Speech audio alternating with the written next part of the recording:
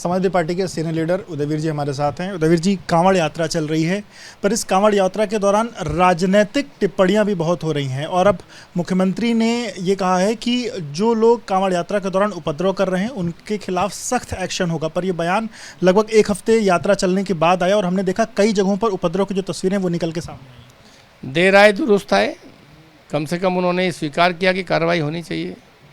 हर कानून व्यवस्था के बिगड़ने की घटना को राजनीतिक चश्मे से, धार्मिक चश्मे से सरकारों को नहीं देखना चाहिए।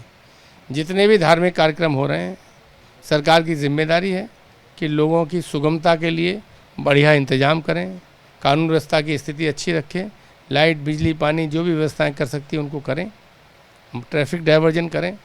और अगर इस कार्य में कोई बाधा पहुंचाता है, चाहे वो किसी दल का हो, चाहे वो कार्यक्रम किसी धर्म का हो, उन पर समान भाव से कानून के हिसाब से कार्रवाई होनी चाहिए। इसको लेकर के सीएम ने ये बात भी कही है कि जो उपद्रवी हैं उनकी पहचान सीसीटीवी से की जा रही है और जैसा हमने सीएनआरसी के दौरान देखा था जो उपद्रवियों के पोस्टर लगे, तो वैसा उन्होंने कहा कि उपद्रवियों के पोस्टर लगा करके उन पर एक्शन किया जाएगा। थोड़ा ज़्यादा बोलने की बीमारी से ग्रसित हैं हमारे मुख्यमंत्री जी।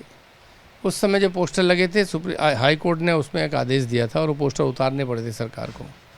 हमारा कहना है कि कानून पालन करने वाले अधिकारी और एजेंसीज़ को स्वतंत्र छोड़ना चाहिए कि आप लोग जिस कानून में जिसको जितनी सज़ा है उतनी कार्रवाई करिए, उस पर उन्हीं धाराओं में मुकदमा लिखिए, जेल भेज दिए और सज़ा देना कोर्ट का काम है, कोर्ट देगा।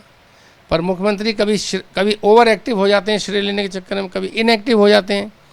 ये जो ओवर एक्टिव होना भी गलत है और इनएक्टिव होना भी गलत है। सरकार को समान भाव से और समान गति से हर मामले में कार्रवाई करनी चाहिए, कानून के दायरे में कार्रवाई करनी चाहिए, कानून के हिसाब से कार्रवाई करनी चाहिए। अपनी भावनाएं और मनमर्जी इसमें नहीं होनी चाहिए। सीएम ने एक और बात कही और समाजवादी पार्टी की सरकार पर निशाना साधा। उन्होंने कहा कि 2017 के पहले कांवड़ यात्रियों की जो यात्रा थी वो अवरुद्ध की जाती थी, पर अब यात्रा सुगमता से चल रही है। इसके अलावा वो जानते भी नहीं कुछ। मुख्यमंत्री केवल धार्मिक ध्रुवीकरण जानते हैं। 8-9 साल के मुख्यमंत्री बने रहने के बावजूद उन्हें समाजवादी पार्टी की चिंता याद रहती है, क्योंकि जहाँ जाते हैं, कोई भी काम करते हैं, वहाँ समाजवादी पार्टी के द्वारा बनाई गई कोई न कोई सड़क, कोई न कोई मोनूमेंट, कोई न कोई चीज़ सामने रहती है। और मुझे लगता है वो हीन भावना से ग्रसित हैं। उन्हें लगता है कि 8-9 साल निकल गए, ये उप मुख्यमंत्रियों से लड़ते लड़ते, दिल्ली वालों से लड़ते लड़ते कुछ कर नहीं पाए, इसलिए ऐसी बातें करते हैं। वरना कांवड़ यात्रा सदियों से चल रही है, हर सरकार में चलती आई है। हर सरकार ने श्रद्धालुओं की श्रद्धा के हिसाब से उनका मान सम्मान किया है, कार्यक्रम आयोजित किया है। और इस तरह की मार्केटिंग पहली बार हो रही है, वरना इससे पहले धार्मिक यात्राएं होती थी, सरकार अपना काम करती थी। आपने दोनों डिप्टी सीएम का जिक्र किया। डिप्टी सीएम कल एक कार्यक्रम में थे और उस दौरान उन्होंने कहा कि जो कांवड़ यात्रा है इसमें भोले बाबा के जो सच्चे भक्त हैं वो सच्ची यात्रा निकाल रहे हैं, लेकिन कुछ समाजवादी पार्टी से जुड़े हुए लोग ऐसे आ जा रहे हैं जो अलग अलग जगहों पर जा कर के जो बवाल है या उपद्रव है वो कर रहे हैं। मैंने आपसे कहा कि कानून का लागू करने वाली एजेंसियां सक्षम है ये देखने में कौन कहाँ कर रहा है। सीसीटीवी फुटेजेस से पता भी लग जाता है, हर जगह सीसीटीवी है। और भोले बाबा खुद तय कर सकते हैं।